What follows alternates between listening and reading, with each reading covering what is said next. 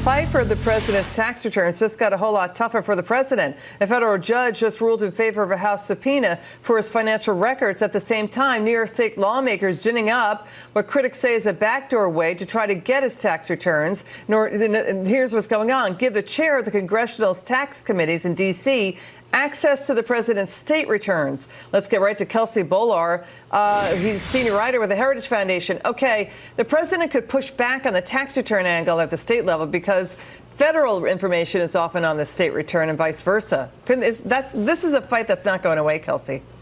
It's not going away, and I think what we need to remember is these investigations are purely politically motivated, which makes them tainted from the start. It's really unfortunate for all Americans because Congress does have a duty to have oversight on the executive branch, but when they put all their eggs in one basket with the Mueller investigation and that doesn't pan out, they turn to these other investigations regarding his tax returns, regarding finances, and Americans can see it's politically motivated. So even if they were to dig up any unflattering material, I don't think it's going to sway public opinion.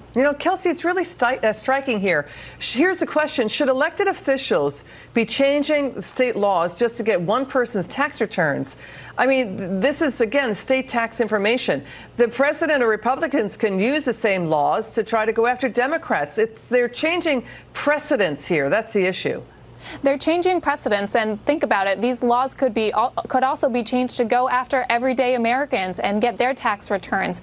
I think it's really a dangerous path that we're headed on, and you're right that the tables could easily be turned, and Democrats could face these types of, I want to say, witch hunts in the future over their tax returns if they choose not to release them. Quickly, I want to talk Bernie Sanders. A Politico reporter looked at hours of footage from the Bernie Sanders went to honeymoon in the USSR in 1988, extolling the virtues of Soviet life and communist culture. Your take on that?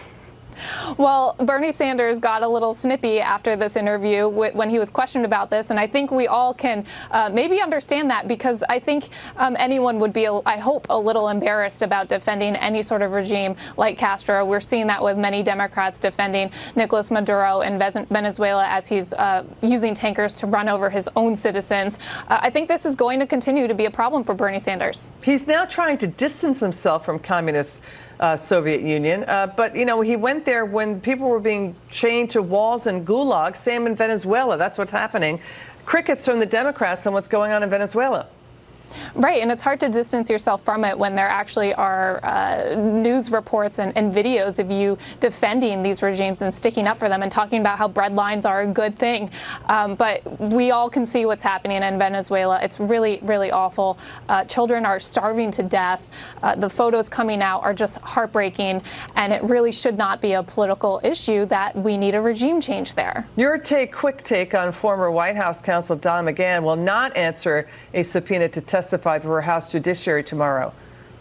He has every right to. As the Justice Department laid out today, he can resist this. The president can ask him not to testify. Okay. So, this is just another one of these political fights that we're going to see pan out. Kelsey Bolar of the Heritage Foundation, thank you so much for joining us, and thank you for having us in your homes. Thank you so much for watching. Lou Dobbs is next, right here on the Fox Business Network. Have a good evening.